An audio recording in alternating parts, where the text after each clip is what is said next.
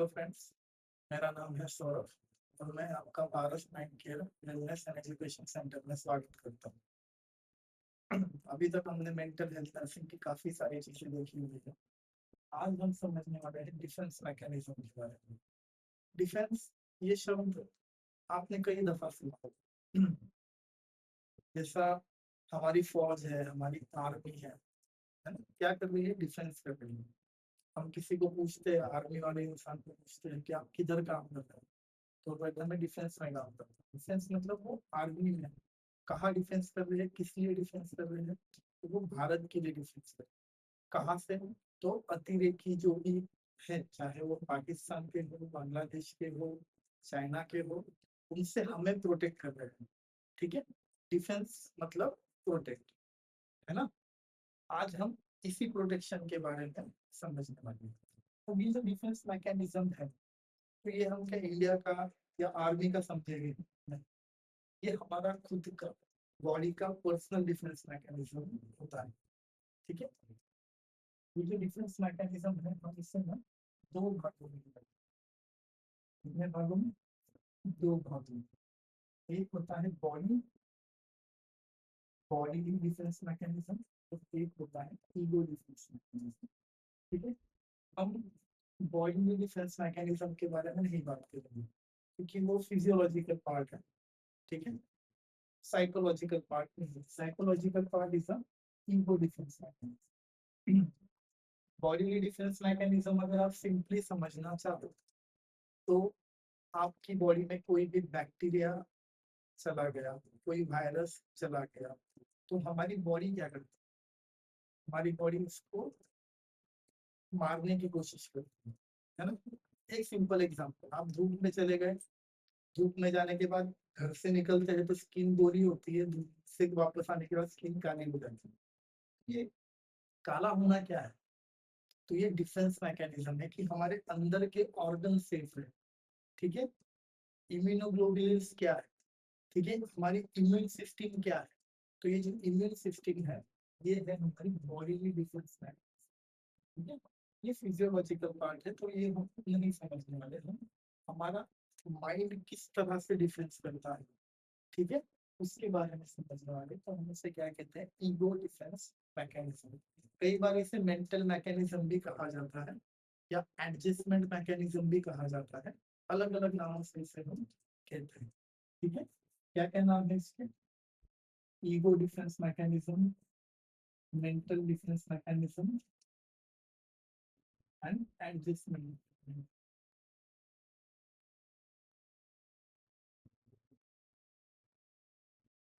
Adjustment mechanism. इससे अलग अलग अलग अलग इसके नाम है। तो ये जो डिफेंस मैकेनिज्म है, सबसे पहले ये जो टर्म है ये सिग्मंड फ्रीड ने यूज की।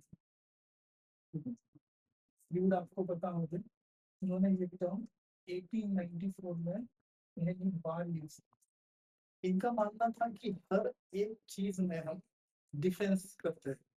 ठीक है, हम डेली एक्टिविटी में, हम जो हमारी डेली जिंदगी है, हम विदाउट डिफेंस नहीं जी सकते। ठीक है, और वो हमारा अनकॉन्शियस माइंड कर रहा हो, अनकॉन्शियसली हो रहा हो। जैसे कि आप झूठ बोल रहे हो, ठीक है, झूठ बोलना क्या हो गया? Defence mechanism. क्यों झूठ बोल रहे हो? एक तो आपको कुछ अच्छी चीज करनी हो, जैसे कि मम्मी को सरप्राइज देना हो, मम्मी का बर्थडे है और आपको कुछ गिफ्ट लेना हो, तो घर से निकलते समय आप थोड़ी बोलोगे मम्मी को कि मैं कुछ गिफ्ट लेने जा रहा हूँ। आप बोलोगे नहीं मम्मी, मैं आ रहा हूँ, दोस्तों के साथ जाकर आता हूँ थोड़ा सा। आपने झूठ बोला, लेकिन उस झूठ के पीछे क्या था? पॉजिटिव रीजन था ना कि मम्मी को मुझे गिफ्ट देना है। Defence mechanism. समझ आ रहा है? ये पॉजिटिव डिफेंस मैकेनिज्म है।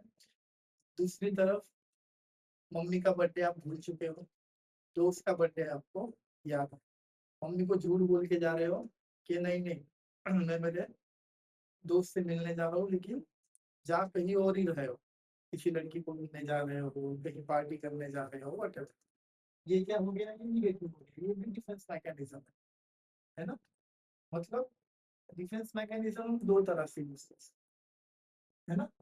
एक होता है पॉजिटिव डिफेंस मैकेनिज्म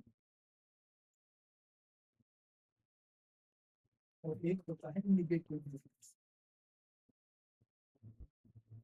एक होता है पॉजिटिव डिफेंस मैकेनिज्म और एक होता है निगेटिव डिफेंस मैकेनिज्म। इस दो तरह से हम डिफेंस मैकेनिज्म यूज करते हैं। अब आप कहोगे कि सर हम डिफेंस मैकेनिज्म यूज क्यों कर रहे हैं, बगैर इसे यूज करें हम जिंदा नहीं रह सकते क्या? तो नहीं रह सकते, हमें इसे यूज करना जरूरी है। क्यों जरूरी है मैं बताता हूँ। हमारी डेली जिंदगी जो डेली लाइफ जो है हमारी, इस लाइफ में स्ट्रेस है, आप कहोगे हाँ सर स्ट्रेस है, एंजाइटी है, बिल्कुल है, ठीक है, टेंशन भी है, फ्रस्ट्रेशन भी है, डिप्रेशन भी है, प्रेशर भी है ना। ये कई सारी चीजों की वजह से हमें क्या होता है, हमारे ब्रेन के ऊपर एक प्रेशर क्रिएट होता है ना।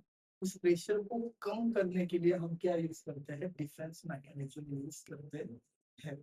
ठीक है, आपकी एग्जाम पास में आ रही है बोर्ड की, ठीक है, आपको धीरे धीरे धीरे धीरे प्रेशर बढ़ रहा है ब्रेन के ऊपर, तो आप क्या करोगे, एक तो पॉजिटिव डिफेंस यूज करोगे, एक तो नेगेटिव डिफेंस यूज करोगे, है ना। क्या कर सकते हो इससे, स्ट्रेस कैसे कम होगा, अरे भाई जाने दे, जो होगा देखा जाएगा। ऐसा हम जब खुद को कहते हैं तो ऑटोमेटिकली स्ट्रेस क्या हो गया, कम हो गया। ये defence mechanism. Three idiot movie देखा है सबने? थ्री इडियट मूवी में कितनी भी स्ट्रेसफुल सिचुएशन हो, वो क्या करते हैं, ऑलिस ऑलिस ऑलिस फौरन जो पैनिक होता है वो ऑटोमेटिकली सडनली ड्रॉप होता है, कम होने लगता है। क्या है, डिफेंस मैकेनिज्म। ठीक है, डिफेंस मैकेनिज्म मतलब pattern of adjustment. Defence mechanism का मतलब होता है पैटर्न ऑफ एडजस्टमेंट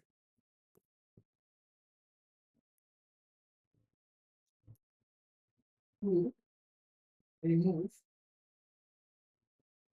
और decrease stress, anxiety, tension, depression etcetera. क्या कह रहा है हमें, डेफिनेशन में क्या कहा जा रहा है कि ये एडजस्टमेंट का एक पैटर्न है, जिसकी वजह से एक तो स्ट्रेस, एंजाइटी, टेंशन, डिप्रेशन जो भी हो, एक तो वो रिमूव होता है, एक तो वो कम होता है। ठीक है, जिसे हम क्या कहते हैं, डिफेंस मैकेनिज्म। और एक डिफेंस मैकेनिज्म हम समझेंगे। ठीक है, यहाँ तक सबको क्लियर है?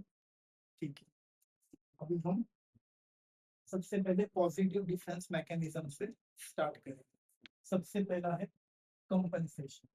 सबसे पहला डिफेंस मैकेनिज्म क्या है, कंपनसेशन। कंपनसेशन, ये शब्द आपने कई बार सुना होगा। ठीक है, कोई मर गया, ठीक है, या ट्रेन एक्सीडेंट में मर गया, या तो फिर अर्थक्वेक में मर गया, तो एक पॉलिटिशियन आते हैं, नेता आते हैं, कंपनसेट करते हैं कि जो भी लोग मरे हैं हम 10 लाख रुपए दे देते हैं, जो भी लोग मरे हैं हम 5 लाख रुपए दे देते हैं, है ना। इसे हम क्या कहते हैं, कंपनसेशन। अब डिफेंस मैकेनिज्म में ये किस तरह से होता है, एग्जाम्पल से समझते हैं। एक स्टूडेंट है, ठीक है, अब वो स्टूडेंट अगर एग्जाम में 40% मार्क्स ला रहा है या फेल हो रहा है, तो सोसाइटी उसे क्या कहेगी, सोसाइटी क्या कहेगी, सोसाइटी कहेगी कि यार ये लड़का तो तुम्हारा कुछ अच्छा नहीं है, बिल्कुल पढ़ाई नहीं करता, ठीक है, मैं इसे देखते रहता हूँ ऐसा वैसा, ऐसे ही कहेगी सोसाइटी। वहीं पर अगर वो स्टूडेंट रनिंग में गोल्ड मेडल लेकर आए तो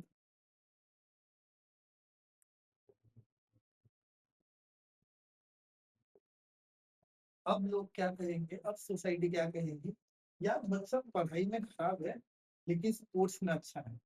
क्या हुआ, कंपनसेशन। समझ आ रहा है, बच्चा पढ़ाई में खराब है लेकिन स्पोर्ट्स में अच्छा है ना।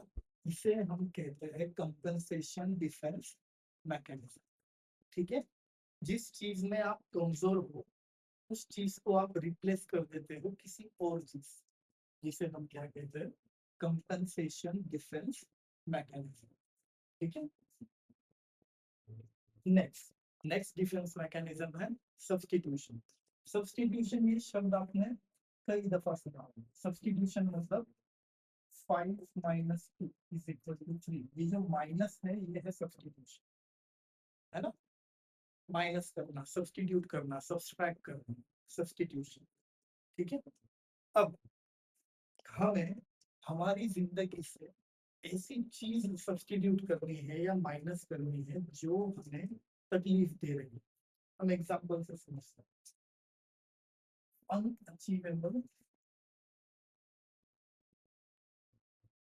गोल। ठीक है।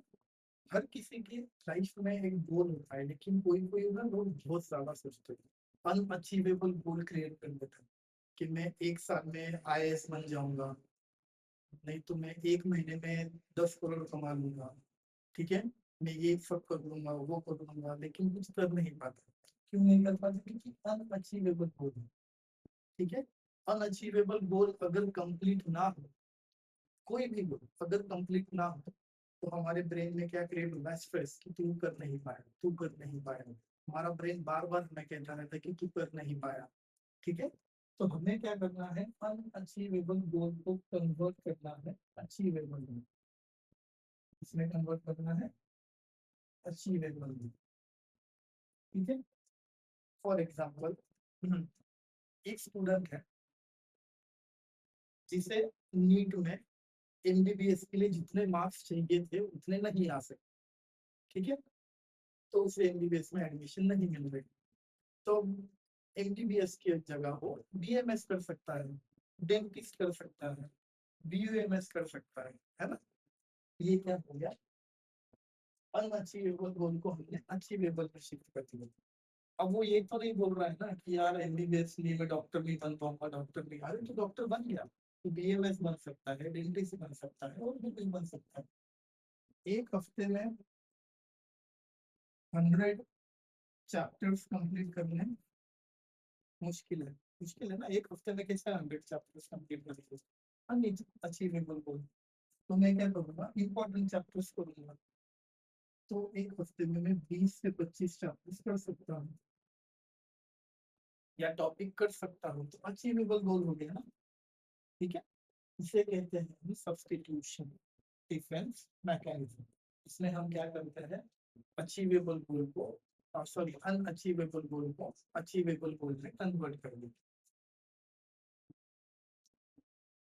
नेक्स्ट डिफेंस मैकेनिज्म है सब्लिमेशन। अब इसमें होता क्या है?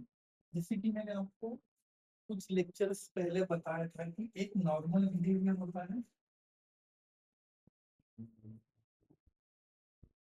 और एक एबनॉर्मल बिहेवियर होता है।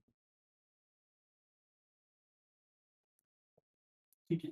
इससे दो तरह के बिहेवियर बिहेवियर होते हैं। नॉर्मल बिहेवियर में मैंने क्या कहा था कि सोसाइटी के रूल्स जो फॉलो कर रहा है, ठीक है, उसे हम क्या कहते हैं? Normal behaviour. और सोसाइटी के रूल्स जो फॉलो नहीं करता, उसे हम क्या कहते हैं? Abnormal behaviour. अब एक एग्जांपल से समझते हैं कि एक लड़का है, हम उसका नाम समझते हैं प्रफुल्ल। ठीक है। एक लड़का है, उसका नाम प्रफुल्ल है, और उसकी जो लवर है, जिससे वो प्यार करता था, वो उसे छोड़कर चली गई, उसने किसी और से शादी की। ठीक है। वो उसे छोड़कर चली गई और उसने किसी और से शादी कर ली। अब यहाँ पर दो चीजें हो सकती। प्रफुल्ल वो लड़की को तकलीफ देगा, कंटिन्यूअसली फोन लगाएगा, उस लड़के को फोन लगाएगा, उस लड़की के घर पे जाकर तमाशे करेगा। तो ये क्या हो गया? Abnormal behaviour. लेकिन इसके जगह पर प्रफुल्ल ने किया कि उसकी जो भी इमोशंस है उसने एक डायरी में लिखे, और वो डायरी को किताब बोलकर पब्लिश किया। तो किताब तो सोसाइटी में एक्सेप्टेबल है।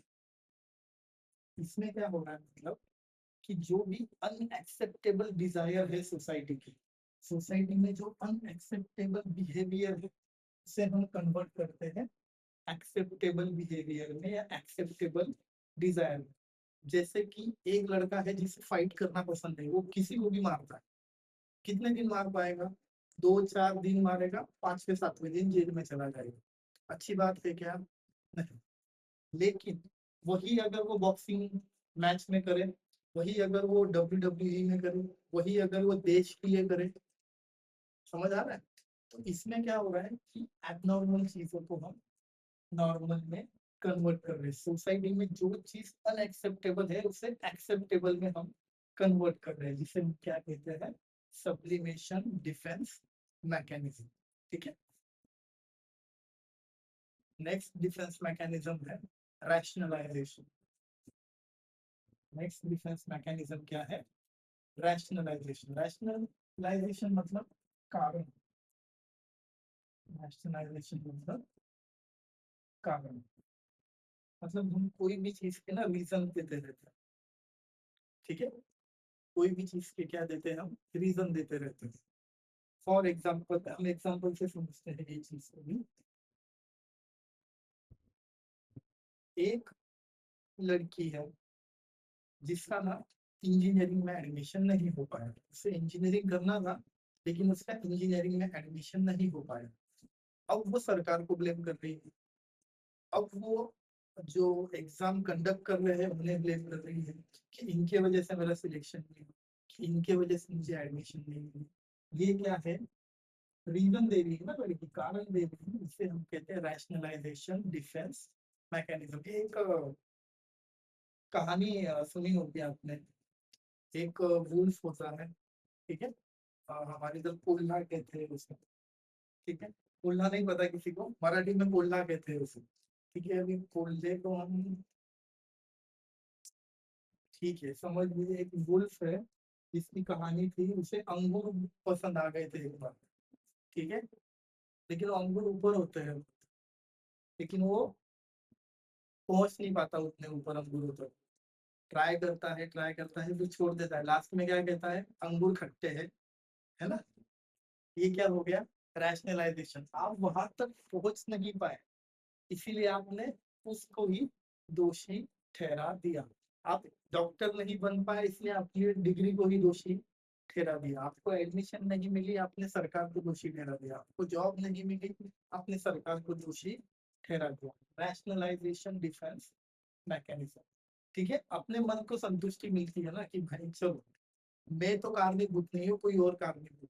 इससे हमारा स्ट्रेस कम हो जाता है। इसे हम क्या कहते हैं, रैशनलाइजेशन डिफेंस मैकेनिज्म। अब नेक्स्ट डिफेंस मैकेनिज्म है अनडू।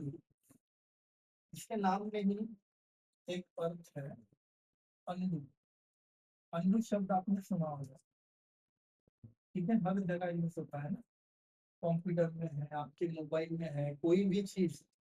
अब जैसे कि मैंने ये बादल बनाया, इधर अनडू का ऑप्शन लिखा हुआ है, अनडू कर दिया, बादल चले गए, है ना।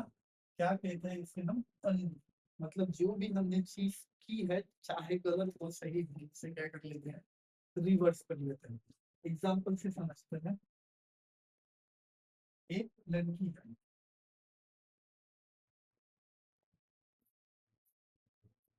ठीक है, एक लड़की है, वो ऑफिस को जा रही है और उसकी बाइक में पेट्रोल नहीं है।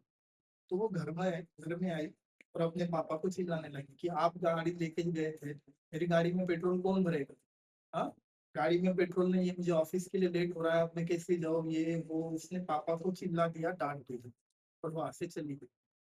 लेकिन जब वो ऑफिस गई तो उसे फील हुआ कि नहीं, मेरे पापा को डांटना नहीं चाहिए था, पापा की उम्र हो चुकी है, पापा को चीजें नहीं समझ रहे थे, नहीं याद रहती, मैंने नहीं बोलना चाहिए था। वो रिग्रेट फील करती है ना। तो फिर वो क्या करेंगी, इवनिंग में घर आते समय पापा के लिए केक लेकर आएगी।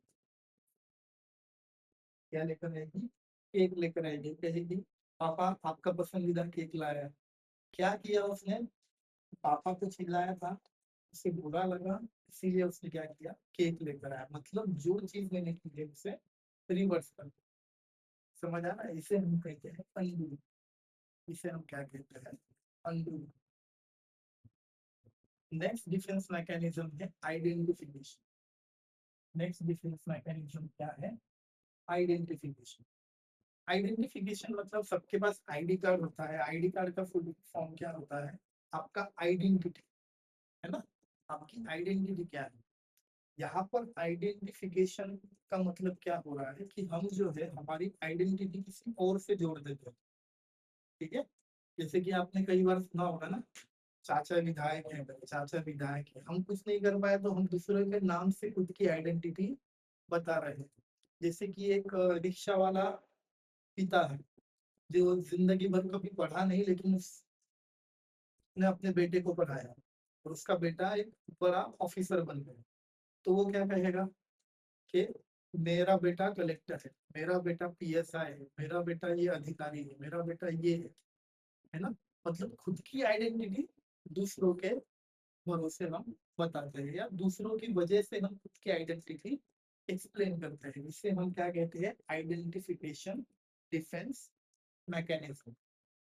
ऐसा हम बाकी लोग भी करते हैं, जैसे कि मुझे कोई हीरो पसंद है, हीरो ने कुछ किया, अरे उसने ऐसा किया, हमें एकदम प्राउड फील होता है। हम क्या कर रहे हैं कि हमारी खुद की आइडेंटिटी एक्सप्रेस नहीं, हम क्या कर रहे हैं किसी और की आइडेंटिटी से प्राउड फील कर रहे हैं या किसी और की आइडेंटिटी से खुद की आइडेंटिटी बताने की कोशिश कर रहे हैं। इसे हम क्या कहते हैं, आइडेंटिफिकेशन डिफेंस मैकेनिज्म। अब हम नेक्स्ट डिफेंस मैकेनिज्म समझते हैं, ट्रांसफरेंस।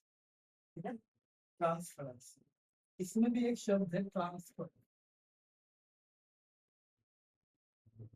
है ना। ट्रांसफर शब्द इसमें आपको दिख रहा होगा। ट्रांसफर का मतलब क्या, अगर मैं नासिक में जॉब कर रहा हूँ, मेरी ट्रांसफर मुंबई हो गई तो मुझे मुंबई में जॉब करने जाना पड़ेगा।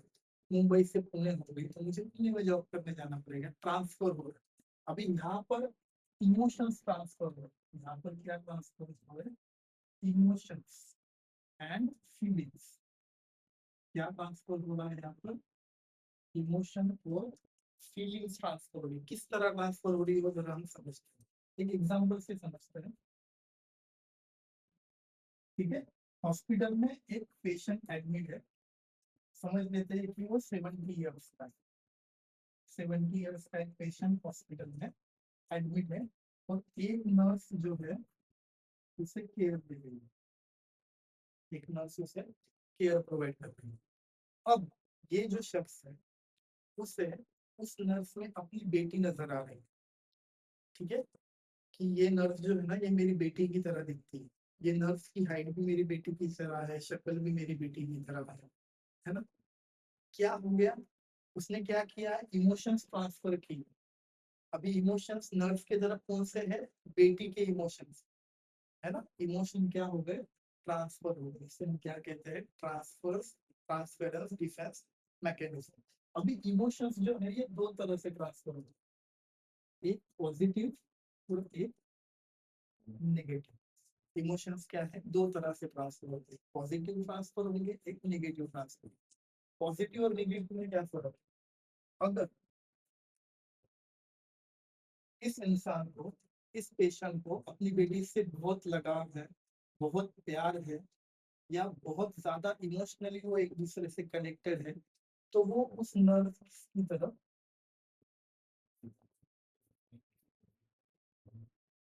प्यार शो करेगा, है ना, लव शो करेगा, रिस्पेक्ट शो करेगा।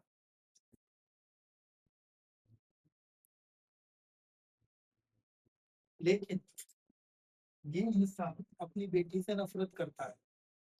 ठीक है, उसे अपनी बेटी नहीं पसंद, उसकी बेटी ने उसका नहीं सुना है, घर छोड़ के भाग चुकी है, अभी उसे उसकी बेटी की शक्ल नहीं देखी, और फिर उसको इस नर्स में अपनी बेटी नजर आ रही है, तो ऑब्वियसली वो नेगेटिव इमोशंस शो करेगा। नर्स को एक्स्ट्रा काम बताएगा, चिल्लाएगा, गंदगी करेगा, ये नर्स मुझे नहीं चाहिए, दूसरी नर्स लेकर आओ, मुझे इसका ये नहीं चाहिए, मुझे इससे ट्रीटमेंट नहीं चाहिए, है ना। ये क्या हो गया, ट्रांसफरेंस डिफेंस मैकेनिज्म। अब ये जो इमोशंस है ये पॉजिटिव नेगेटिव दोनों तरह से ट्रांसफर हो सकते हैं। ठीक है, नेक्स्ट डिफेंस मैकेनिज्म है इंटेलेक्चुअलाइजेशन। नेक्स्ट डिफेंस मैकेनिज्म क्या है, इंटेलेक्चुअलाइजेशन। ठीक है, लाइफ की कोई भी सिचुएशन हो, कोई भी इमोशंस हो, या किसी भी तरह की परिस्थिति आपके सामने आ जाए, आप उसे इंटेलेक्चुअली और सही तरीके से हैंडल करते हो, इसे हम क्या कहते हैं, इंटेलेक्चुअलाइजेशन। ठीक है, मतलब यहाँ पर क्या होता है कि कितनी भी स्ट्रेसफुल सिचुएशन आपकी लाइफ में आ जाए, आप लॉजिकल रीजनिंग के साथ, लॉजिक के साथ आपका दिमाग का पूरा इस्तेमाल करके उस चीज को हैंडल करते हो, इसे हम क्या कहते हैं, इंटेलेक्चुअलाइजेशन। फॉर एग्जाम्पल, एक लड़का है अमित, ठीक है, शादी के एक दिन पहले जो इसकी फियांसे है, जिससे उसकी शादी होने वाली है, उस लड़की ने उसे मैसेज किया कि मैं तुमसे शादी नहीं करना चाहती, मैं किसी और से प्यार करती हूँ और मैं उससे से शादी करूंगी, तो तुम कल बारात लेकर मत आना। ठीक है, अब यहाँ पर दो रिस्पॉन्स हो सकते हैं। अमित क्या करेगा, शोर शराबा कर देगा, चिल्लाएगा, है ना, उसके बाद में उसके माँ बाप को गालियां देगा, वो लड़की को गालियां देगा, तो ये इंटेलेक्चुअल है क्या? नहीं, ये इसमें बदतमीजी है ना, इसमें इंटेलेक्चुअलाइजेशन नहीं है। ठीक है, हर्ट हो रहा है, ठीक है, स्ट्रेसफुल सिचुएशन है, ठीक है, बहुत ज्यादा टेंशन है, लेकिन यहाँ पर लॉजिकली और इंटेलेक्चुअली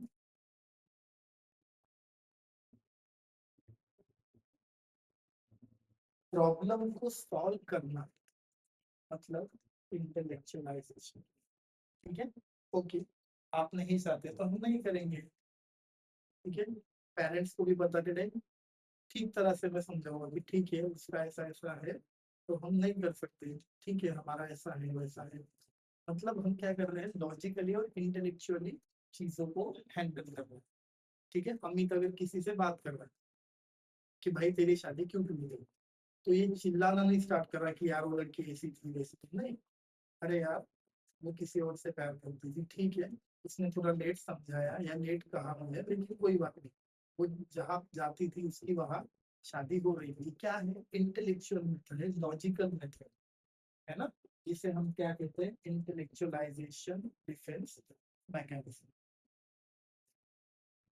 अब हम निगेटिव डिफेंस मैकेनिज्म की ओर बढ़ते हैं।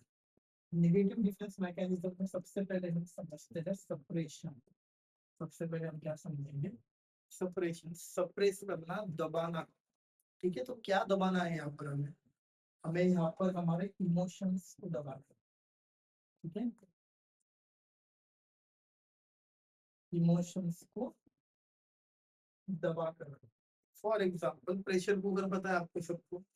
ठीक है, प्रेशर कुकर में आपने कोई तो चीज पकाने के लिए रख दी, ठीक है, और उसकी सीटी जो है वो पैक कर दी। ठीक है, पीछे से गर्म हो रहा है और बाहर एयर निकल ही नहीं रही है, ठीक है, क्योंकि आपने सीटी पैक करके रखी है। क्या होगा, आधा एक घंटे बाद वो कुकर पड़ जाएगा, पड़ जाएगा ना, क्योंकि हवा निकलने के लिए जगह नहीं है। इसीलिए हम निगेटिव डिफेंस मैकेनिज्म कहते हैं। क्या कहते हैं हम, निगेटिव डिफेंस मैकेनिज्म। हम हमारे इमोशंस को दबा कर रखते हैं। क्या करते हैं, हम हमारे इमोशंस को दबा देते हैं, हमारे स्ट्रेस को दबा देते हैं, एंजाइटी जो भी टेंशन है उसे हमारे अंदर दबा कर रखते हैं। तो क्या होता है, कुछ समय बाद वो बहुत ज्यादा एक्सप्लोर करके बाहर निकलते हैं। ठीक है, जैसे कि अमित, वही अमित का एग्जांपल लेते हैं हम, जिसकी शादी टूट गई, है ना। अब समझ लीजिए अमित उस लड़की से प्यार करता है ना। अब अमित खुद को रोज कह रहा है कि यार उसने मेरे साथ गलत किया, उसने ऐसा नहीं करना चाहिए था, ऐसा नहीं करना चाहिए था, लेकिन वो बाहर किसी को नहीं कह रहा है कि मैं इमोशनली इतना टूटा हूँ। वो उसी को कह रहा है कि मैं ऐसा था, ऐसा था, ऐसा था। उसकी वजह से क्या हो रहा है, इमोशंस अंदर दब रहे हैं। ठीक है, जिसकी वजह से सडनली कुछ बड़ी चीज हो सकती है, या इमोशन ज्यादा तरह से बाहर आ सकते हैं। इसे हम क्या कहते हैं, सप्रेशन डिफेंस मैकेनिज्म। जैसे कि किसी लड़के की एग्जामिनेशन हॉल में इंसल्ट होती, ठीक है, उसकी चेकिंग हो रही है, उससे ये हो रहा है, उसका पेपर नहीं लिखने दिया जा रहा, तो उसकी इंसल्ट हो गई। ठीक है, कॉपी तो मिली नहीं लेकिन इंसल्ट हो गई। तो अब वो नेक्स्ट एग्जाम के पहले ना कंटिन्यूअसली यही सोच रहा है कि एग्जाम में अगर फिर से ऐसा हो गया तो, फिर से ऐसा हो गया तो, फिर से ऐसा हो गया तो। और वो इन इमोशंस को दबाने की कोशिश कर रहा है लेकिन दब नहीं पा रहे। क्या हो रहा है? सप्रेशन। ठीक है, दबाने की कोशिश कर रहा है, कोशिश कर रहा है, और अचानक से फिर इमोशंस बाहर निकल जाते हैं। जिससे जितने भी स्टडी की है सब पानी में। इसीलिए इसे क्या कहते हैं? Negative defence. अब हम समझते हैं नेक्स्ट डिफेंस मैकेनिज्म, इसे डिस्प्लेसमेंट कहते हैं। ठीक है, ये भी निगेटिव डिफेंस मैकेनिज्म है।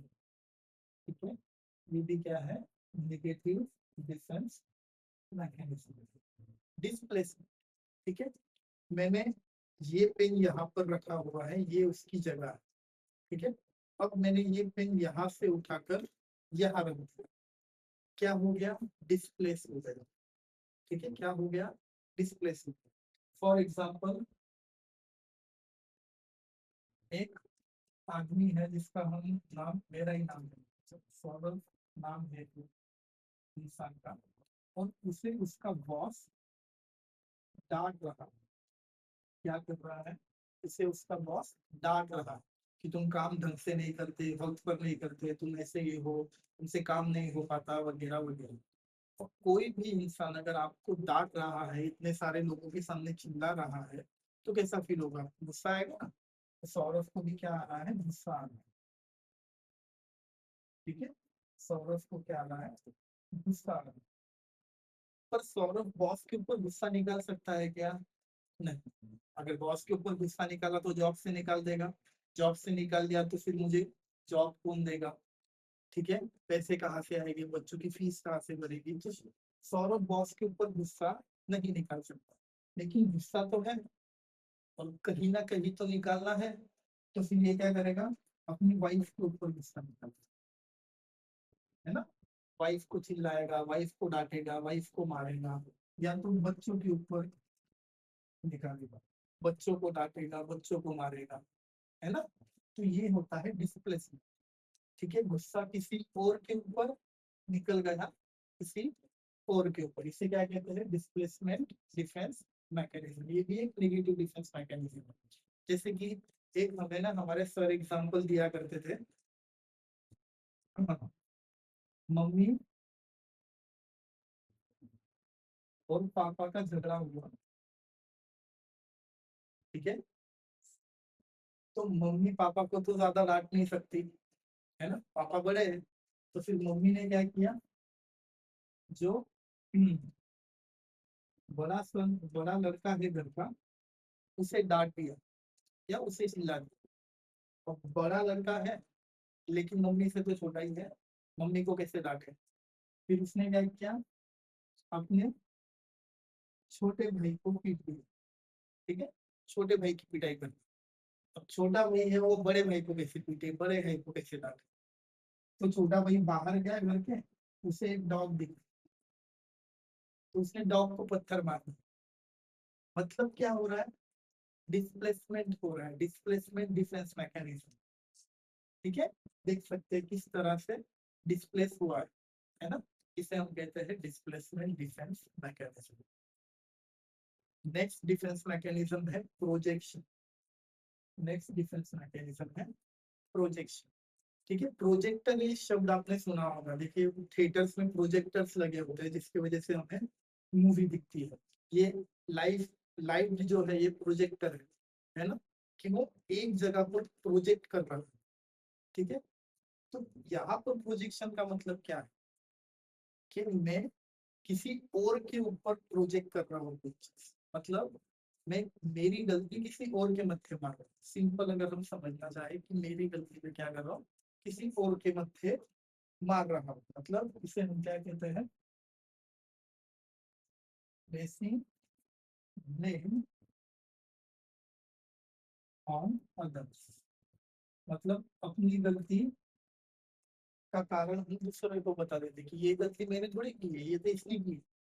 ठीक है, जैसे कि आजकल बहुत सी जगहों पर ये चीजें हो रही है। जैसे कि मैंने पहले भी नॉर्मल एबनॉर्मल बिहेवियर जब सिखाया था, मैंने तब भी कहा था कि एक लड़की है, ठीक है, अब वो शराब पी रही है, 4 5 10 बॉयफ्रेंड रख रही है, फिर लिविंग में रह रही है, फिर और भी कई सारी चीजें कर रही है, और फिर वो समाज में आके कहती है कि मुझे जज मत करो, मेरी पास्ट लाइफ के हिसाब से मुझे जज मत करो। और अगर तुम जज कर रहे हो, मतलब तुम्हारी नजर खराब है, तुम्हारी सोच खराब है, तुम खराब हो।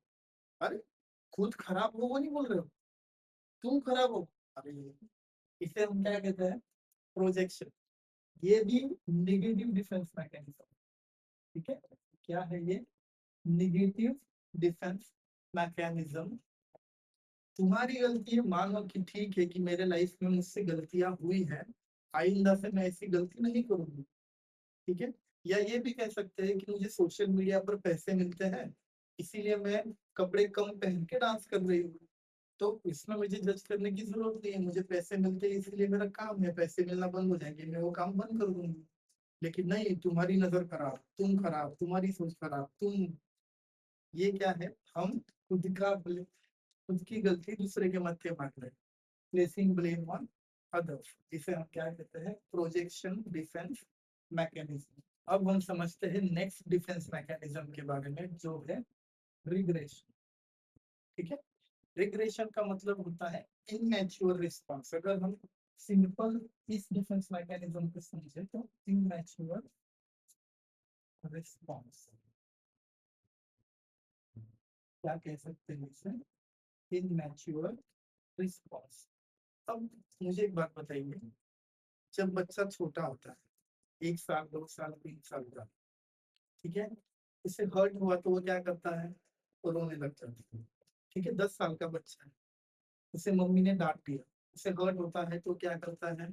रोने लगता है। वही अगर 30 साल का लड़का अगर करने लग जाए, 40 साल का लड़का अगर करने लग जाए, तो ये मैच्योरिटी है क्या? नहीं ना। 18 साल में आपको बालिग, आप बालिग हो ऐसा कह देते हैं।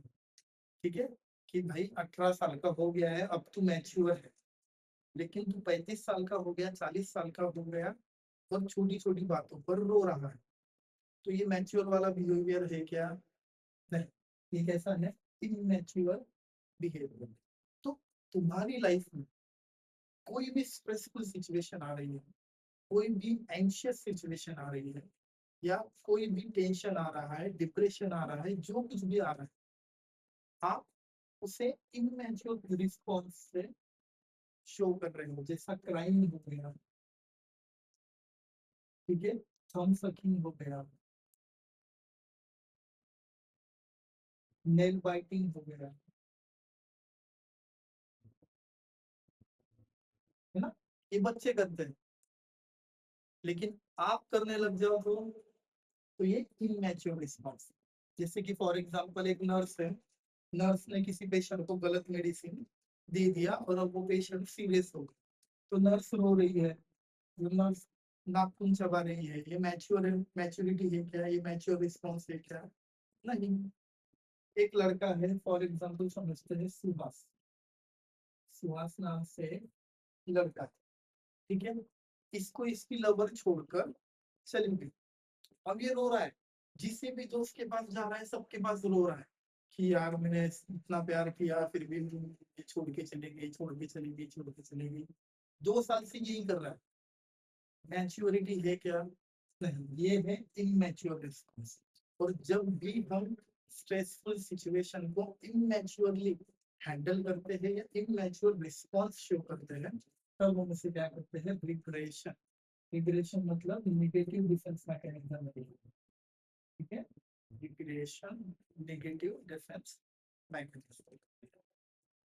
हम नेक्स्ट डिफेंस मैकेनिज्म के बारे में समझते हैं, जिसका नाम है फैंटेसी।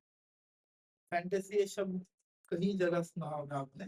फैंटेसी ये शब्द हम तब यूज करते हैं जब हम इमेजिनरी वर्ल्ड में होते हैं।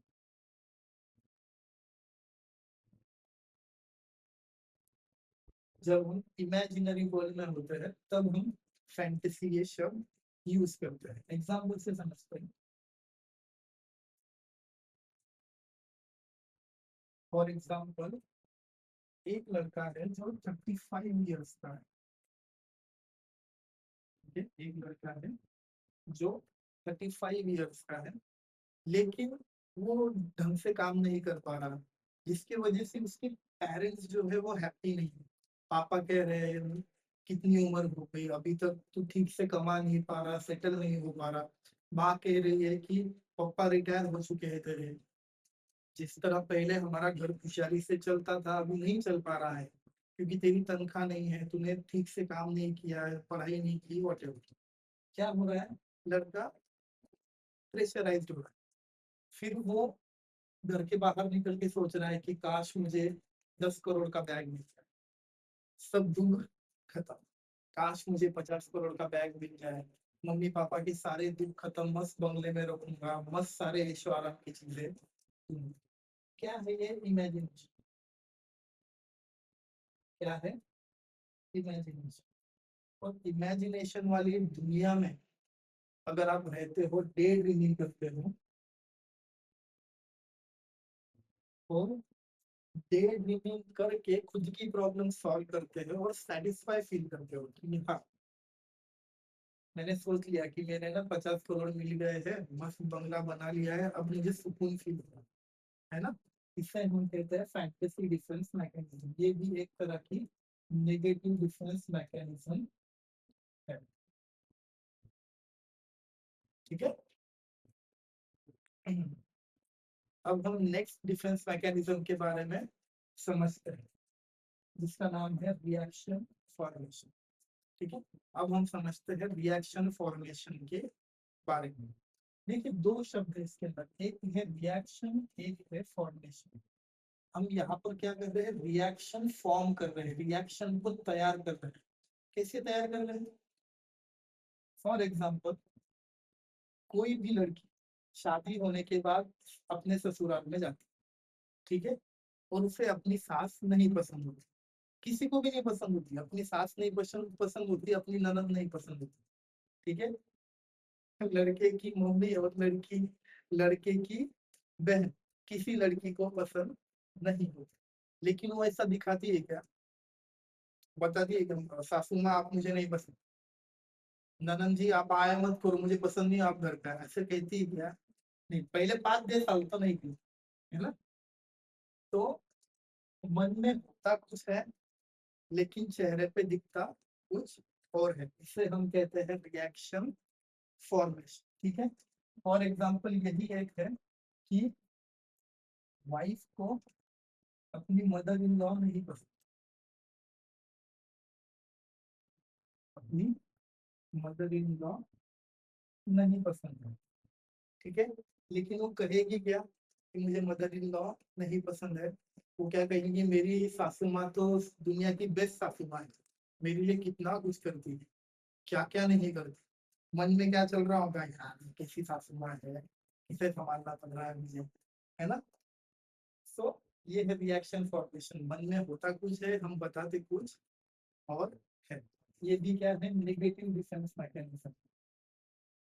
ये क्या है, नेगेटिव डिफेंस मैकेनिज्म। ठीक है। क्यों नेगेटिव है? क्योंकि मन में नेगेटिव है ना, हमारे मन में नेगेटिव थॉट्स है, लेकिन बाहर हम पॉजिटिव डाल रहे हैं। एक्चुअल क्या है, नेगेटिव थॉट्स है, इसीलिए हम क्या कहते हैं इसे, negative defence mechanism. Last defence mechanism है डिनायल। लास्ट डिफेंस मैकेनिज्म क्या है, डिनायल। ये भी नेगेटिव डिफेंस मैकेनिज्म का टाइप है। डिनायल ये शब्द आपने कई दफा सुना होगा। डिनायल मतलब हम डिनाई कर देते हैं, एक्सेप्ट नहीं करते। ठीक है। रियलिटी को हम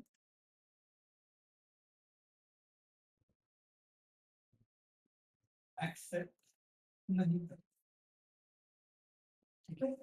रियलिटी को हम एक्सेप्ट नहीं करते, जिसकी वजह से क्या होता है, प्रॉब्लम्स क्रिएट होते हैं। ठीक है। अगर मैंने आज रियलिटी को एक्सेप्ट नहीं किया तो ठीक है, मैं कल कर दूंगा, कल नहीं किया तो परसों कर दूंगा, तब तक के हार्मलेस है चीज। तब तक के लिए क्या है, हार्मलेस। लेकिन अगर मैं एक्सेप्ट ही नहीं कर रहा हूँ, जैसे कि एक राजा है और उसका युद्ध हुआ, वो सब कुछ हार चुका है, लेकिन वो एक्सेप्ट करने को तैयार ही नहीं है कि वो रास्ते पे आ चुका है, रोड पर आ चुका है, अब 1 रुपया भी नहीं है, अब तू राजा भी नहीं रहा, अब तो तू भिखारी हो चुका है, लेकिन वो एक्सेप्ट करने को रेडी ही नहीं है। ठीक है, ऐसे में क्या हो जाता है, डिनायल हार्मफुल हो जाता है। क्या हो जाता है, हार्मफुल हो जाता है। हार्मफुल अगर हो गया तो फिर अलग अलग प्रॉब्लम होने लगते हैं। हम इमेजिनेशन में चले जाते हैं, हेलुसिनेशन होने लगते हैं कि हाँ मैं राजा हूँ। ठीक है, आप किसी पत्थर पे बैठे होंगे, आपको लगेगा कि मैं सिंहासन पे बैठा हूँ। ठीक है, आपके सामने कई सारी मुर्गियां होगी, आपको लगेगा प्रजा बैठी है। ठीक है, तो ये डिनायल मोड है कि हम रियलिटी को एक्सेप्ट नहीं करते, है ना। शादी करनी है, शादी की उम्र आ गई, शादी की उम्र आ गई, नहीं नहीं अभी शादी की उम्र थोड़ी है, अरे अभी शादी की उम्र थोड़ी है। ऐसा करते करते वो 22 की उम्र 36 हो गई, है ना।